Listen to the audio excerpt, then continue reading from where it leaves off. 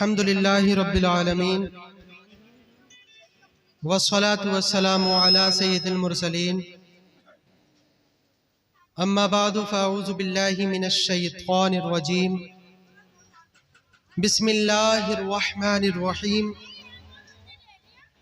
واللہ یرزق من یشاء بغیر حساب صدق اللہ العظیم وصدق رسولہ النبی الامین المتین المبین الکریم ونحن علی ذلک لمن الشاہدین والشاکرین والحمد للہ رب العالمین۔ آئیے عقیدت و محبت کے ساتھ ایک مرتبہ درود شریف کا نذرانہ عقیدت پیش کر لیں، پڑھیں بآواز بلند۔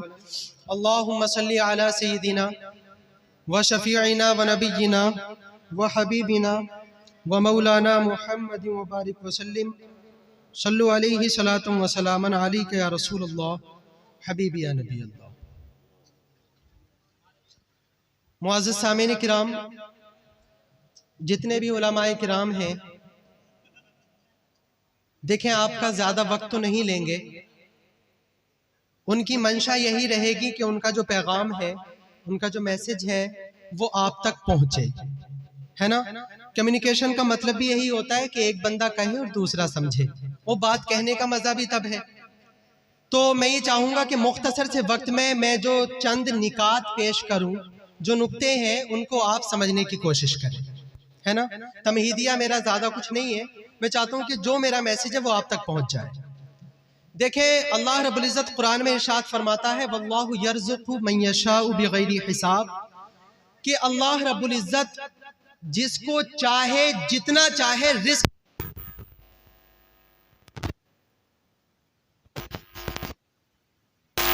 جس طریقے سے وہ حیات و ممات کا مالک ہے، اسی طریقے سے اللہ رب العزت رزق کا معاملہ بھی رکھتا ہے کہ وہ جسے جتنا چاہے اتنا عطا کر دیا کرتا ہے۔ تو آج میرا جو ٹاپک ہے، جو موضوع ہے، وہ کہیں نہ کہیں رزق اور بھوک، کھانا نہ کھانا، اسی کے متعلق ہے۔ معزز سامعین کرام، جب معاملہ رزق کا اللہ تعالیٰ کے ساتھ خاص ہے، پھر ہمارے معاملات اس طرح کے کیوں رہتے ہیں کہ ہم کمانے میں نہ حرام کو دیکھیں نہ حلال، بلکہ جس طریقے سے بھی ہم کو رزق ملتا ہے اس کو اخذ کرنے کی کوشش کرتے ہیں، جبکہ معاملات تو اللہ تعالیٰ کے ساتھ خاص ہے۔ اور ایک بہت بڑا ایک اچھا پوائنٹ یہ ہے معزز سامعین کرام، تقریباً 18,000 طرح کی مخلوقات اس دنیا میں ہیں، جو مطلقاً بولا جاتا ہے 18,000 طرح کی مخلوقات دنیا میں ہیں، اور سائنٹیفکلی تقریباً 15 لاکھ اقسام کی مخلوقات ہیں، کریشنز ہیں اللہ رب العزت کی۔ مزے کی بات یہ ہے کہ انسان کے علاوہ کوئی بھی مخلوق پیسہ کمانے نہیں جاتی، ہے کہ نہیں؟ چاہے وہ زمین پہ رہنے والے یا آسمان پہ رہنے والے ہوں، یا بیچ میں خلا میں رہنے والے ہوں، یا تحت زمین کے اندر رہنے والے ہوں، کسی بھی مخلوق کو لے لو، کبھی کوئی بھی پیسہ کمانے کے لیے نہیں جاتا۔ یا آپ نے دیکھا ہے کہ کسی مرغی کو بیگ ٹانگ کے ساتھ پیسے کمانے چلی، ہے نا؟ کوئی بھی نہیں جاتا۔